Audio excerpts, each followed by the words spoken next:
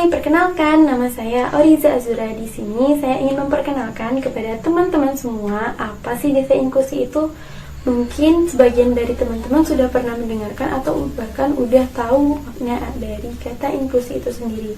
Jika teman-teman mengartikan kata inklusi itu sebagai memanusiakan manusia, toleransi, non-diskriminasi, kesamaan hak, menerima keragaman, satu dan setara, teman-teman udah bener banget nih.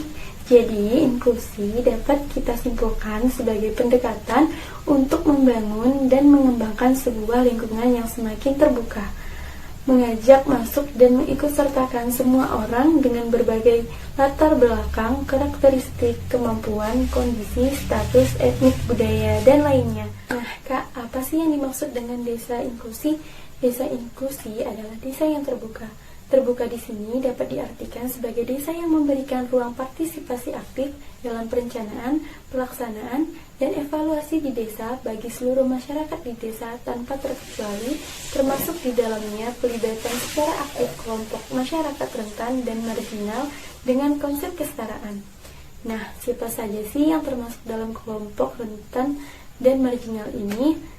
Mereka itu adalah kelompok perempuan, lansia, disabilitas, masyarakat miskin, dan kelompok lainnya yang tidak pernah dilibatkan dalam perencanaan di desa.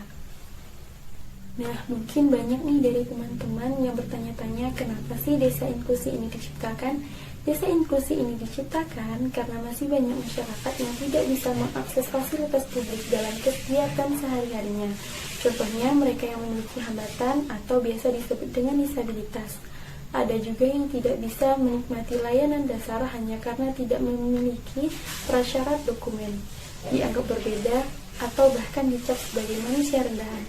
Ada juga anak yang tidak bisa bersekolah karena status pernikahan kedua orang tuanya tidak diakui oleh negara. Ada juga yang terdiskriminasi karena kepercayaan dan cara beribadahnya berbeda dari kebanyakan orang.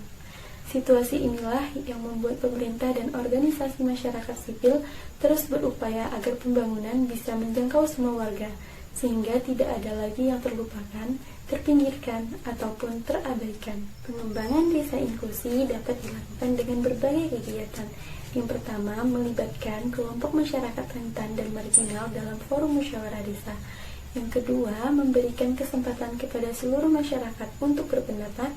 Yang ketiga, melakukan penyusunan usulan dari kelompok masyarakat rentan dan marginal.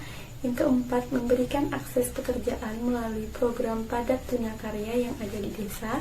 Yang kelima, memberikan pelatihan keterampilan. Yang keenam, memberikan simpan pinjam permodalan dan peluang pemasaran.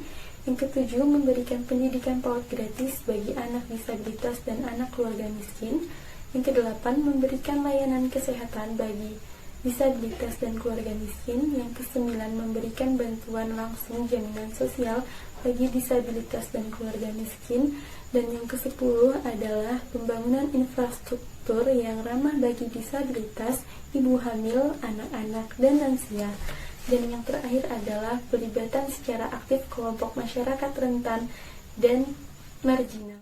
Menciptakan lingkungan yang inklusif dan terbuka bagi semua masyarakat tanpa merasa ada yang ditinggalkan merupakan tanggung jawab kita bersama, karena semua manusia setara dan bermartabat. Terima kasih karena sudah mau mendengarkan. Mohon maaf apabila ada salah kata. Sampai jumpa di lain hari.